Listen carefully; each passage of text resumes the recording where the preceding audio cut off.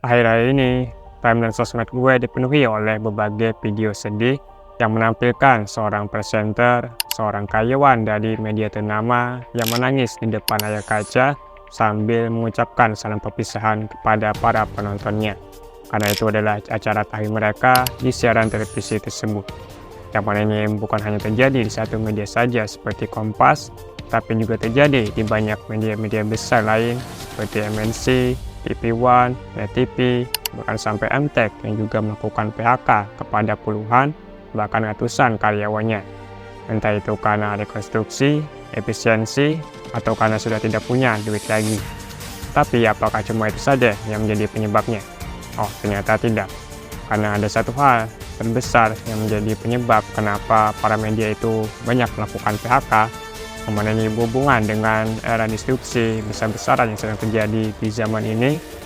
Dan ini bukan cuma mengancam industri media saja, tapi juga mengancam kita sebagai manusia, kita sebagai para pemuda yang hidup di zaman ini. Apakah hal itu?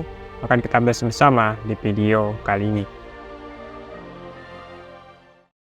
Kalau dari banyak berita yang gue baca, mengatakan kalau alasan kenapa media-media besar itu banyak melakukan PHK adalah karena menurunnya pendapatan mereka sejak era pandemi COVID-19 kemarin, di mana jumlah pembeli koran cetak mereka semakin berkurang karena orang lebih suka bermain sosial media.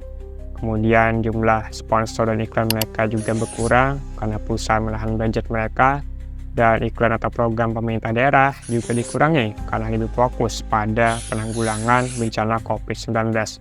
Tapi kalau menurut pendapat gue sendiri, alasan terbesar kenapa banyak media itu yang berjatuhan dan melakukan PHK adalah karena adanya disrupsi besar, di mana orang-orang di seluruh dunia itu lebih suka bermain dengan gadget mereka ketimbang menonton televisi. Orang-orang lebih suka membuka media sosial untuk mencari informasi terbaru, tonton video lewat YouTube, tonton film lewat aplikasi streaming seperti Netflix, HBO, dan Disney+. Orang-orang lebih suka menyetel musik atau podcast lewat Spotify ketimbang mendengarkan radio. Dan kalaupun mereka ingin mencari berita atau artikel terbaru, mereka lebih suka mencarinya di internet atau menonton pembahasannya lewat video di YouTube. Kenapa begitu? Ya karena aksesnya jauh lebih mudah, informasinya juga jauh lebih cepat, lebih banyak pilihan, serta memberikan kita kebebasan untuk menentukan konten apa saja yang sesuai dengan keinginan dan kebutuhan kita. Kita pengen nonton acara masak, tinggal buka YouTube. Kita pengen nonton film, tinggal buka Netflix. Kita pengen dengan podcast atau musik, tinggal setel Spotify. Namun hal ini sangat berbeda sekali dengan media konvensional atau televisi, di mana ketika yang sedang tayang itu on the spot misalnya, maka kita cuma bisa menonton acara tersebut saja sampai selesai, baru kita bisa menonton acara lain, kecuali kita juga ikut memindahkan siaran televisinya ke nomor yang lain. Kemudian dari segi laju informasi juga sekarang jauh lebih cepat dan mudah diakses lewat sosial media, baik itu berupa cuitan di Twitter, postingan di Instagram, ataupun video di YouTube, di mana siapapun sekarang bisa membagikan informasi yang mereka punya kepada banyak orang. Siapapun sekarang bisa menjadi media, informan, bahkan presenter untuk akun media sosial mereka sendiri.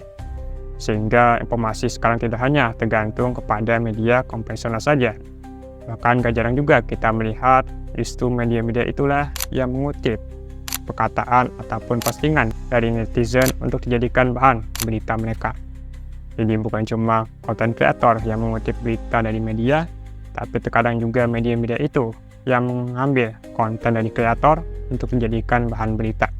Nah, karena adanya peralihan perilaku konsumen dari televisi ke sosial media, dari konvensional ke digital inilah, akhirnya juga membuat para pengiklan itu memindahkan pengeluaran mereka ke media sosial, yang mana mungkin harganya jauh lebih murah, jangkauannya juga sama-sama luas, bahkan mungkin jauh lebih luas untuk saat ini. Tapi yang lebih terpentingnya adalah iklan itu bisa tertuju dengan lebih spesifik dan akurat. Kenapa begitu? Ya karena aplikasi sosial media itu memiliki rekaman data kita selama bermain di sana. Mereka tahu kita hobinya apa, kita sukanya apa, umur kita berapa, gender kita apa, kita tinggal di mana, barang apa yang sedang kita incar, semuanya terekam jelas dengan lengkap di sana.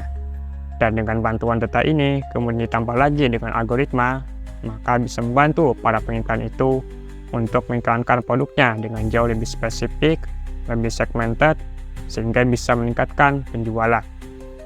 Jadi bisa disimpulkan bahwa alasan terbesar kenapa banyak media kita yang berjatuhan, bahkan sampai melakukan PHK dan menutup penyiarannya adalah karena yang pertama, orang-orang sudah malas untuk menonton televisi dan lebih suka untuk membuka sosial media, dan karena itu juga para pengiklan lebih memilih untuk mengiklankan produknya di sosial media ataupun menyewa influencer dan konten kreator. Baru-baru ini sejumlah perusahaan media besar mengumumkan pengurangan karyawannya sebagai upaya efisiensi untuk menekan biaya produksi. Gita Maharkestri, presenter senior Kompas TV, tak kuasa menahan air mata saat menutup siaran terakhir Kompas Sport Pagi. Tak terasa inilah akhir perjalanan panjang Kompas Sport Pagi selama hampir 12 tahun.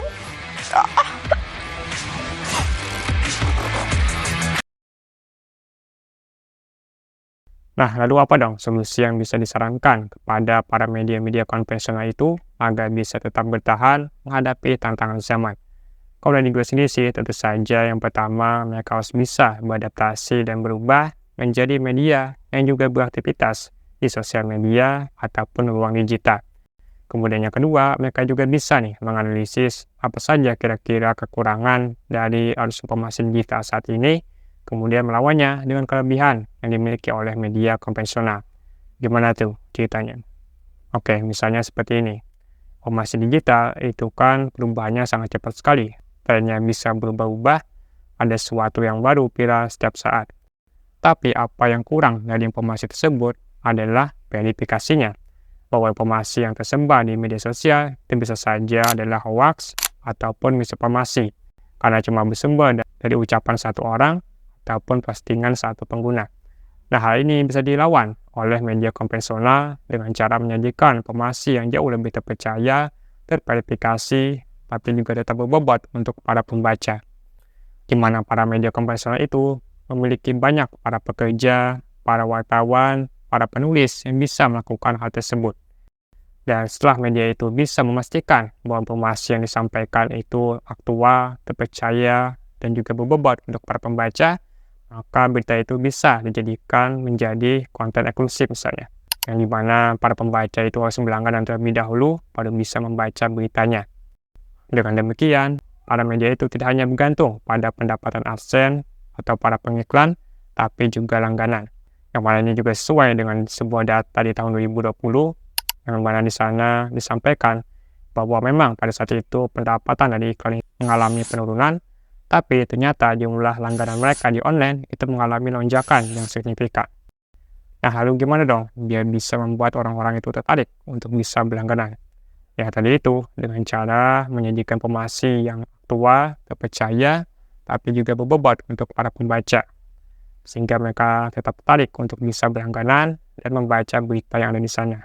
Nah, contohnya seperti Tempo misalnya, yang menurut gue cukup berhasil untuk bisa beradaptasi dan berubah menjadi media digital, yang dimana mereka membuat semacam video podcast politik seperti Bocor Halus ataupun podcast ekonomi seperti Dila Sindong, yang dimana di sana mereka membocorkan beberapa informasi yang telah mereka dapatkan selama penelusuran beberapa waktu terakhir. Mereka buat dalam sebuah bentuk video podcast atau ngobrol dengan sama wartawan, tapi mereka juga tidak lupa untuk mengajak para penontonnya bahwa kalau kalian ingin mendapatkan informasi yang lebih lengkap, maka kalian bisa baca dan langganan di link yang ada di deskripsi. Nah, itu. Bagi pemirsa yang ingin membaca laporan-laporan majalah Tempo, silakan klik link yang ada di kolom deskripsi. Dan ingat teman-teman, jangan pernah membaca apalagi menyebarkan konten-konten bacaan karena di situ ada hak ciptanya. Mantap. Selain itu, para media itu juga bisa membuat konten berita mereka menjadi jauh lebih menarik dengan mengikuti perkembangan tren yang sedang ramai saat ini. Dan misalnya dengan menyampaikan informasi tapi sambil joget-joget ditambah dengan musik yang sedang banyak digunakan itu. Ataupun bisa juga dengan menggunakan format di mana presenternya itu seolah-olah mengobrol dengan orang lain, padahal itu adalah diri dia sendiri dengan tampilan berbeda. Kemudian hal yang juga sudah dipakai oleh beberapa media, tapi mungkin bisa dibuat dengan lebih variatif dan kreatif lagi. Ya walaupun terkadang terasa aneh juga sih melihat orang yang ingin menyampaikan berita tapi sambil joget-joget gitu. Nah, tapi mau bagaimana lagi, ini kan harus terpaksa dilakukan agar mereka bisa tetap relevan dan tetap bisa bertahan. Apa yang ingin gue sampaikan kepada kalian semua di video kali ini adalah bahwa saat ini kita sedang berada dalam era disrupsi besar-besaran di mana perkembangan teknologi, inovasi, dan perubahan sosial itu bergerak dengan sangat cepat, bahkan sampai-sampai kita sebagai manusia sangat sulit untuk mengadaptasinya. Dimana kalau dulu itu Facebook dianggap sebagai revolusi sosial di internet, tapi sekarang justru dianggap jadul, ketinggalan zaman jika dibandingkan dengan Instagram ataupun TikTok. Padahal itu baru berjalan sekitar 10 tahunan yang lalu. Kemudian ada era di mana para programmer itu merasa pekerjaan mereka akan tetap aman, akan mentereng di masa depan dengan kemunculan startup yang merajalela. Tapi sekarang mereka justru harus bersaing dengan AI, karena AI bisa melakukan pekerjaan mereka dengan lebih efisien dan cepat, sehingga tidak memerlukan pekerja yang lebih banyak. Padahal itu baru terjadi dalam hitungan beberapa tahun terakhir. Jadi bayangin aja itu, peristiwa apalagi, kejutan apalagi yang akan menanti kita di masa depan, yang kembali menuntut kita untuk bisa beradaptasi dan berubah. Karena itulah fenomena yang terjadi kepada media-media konvensional kita saat ini, janganlah dianggap cuma sebagai tantangan atau ancaman kepada industri media saja, tapi harus kita anggap sebagai tantangan yang akan dihadapi oleh kita dan semua orang yang hidup di zaman ini. Di zaman di mana perkembangan begitu cepat, di era yang disebut Google sebagai era generasi terkutuk. Karena itulah, persiapkan diri kalian sebaik-baiknya, jangan pernah berhenti untuk terus belajar dan beradaptasi, asah terus skill atau kemampuan kalian, asah terus pengetahuan kalian, agar bisa tetap relevan, tetap bertahan, dan terhindar dari penggusuran zaman.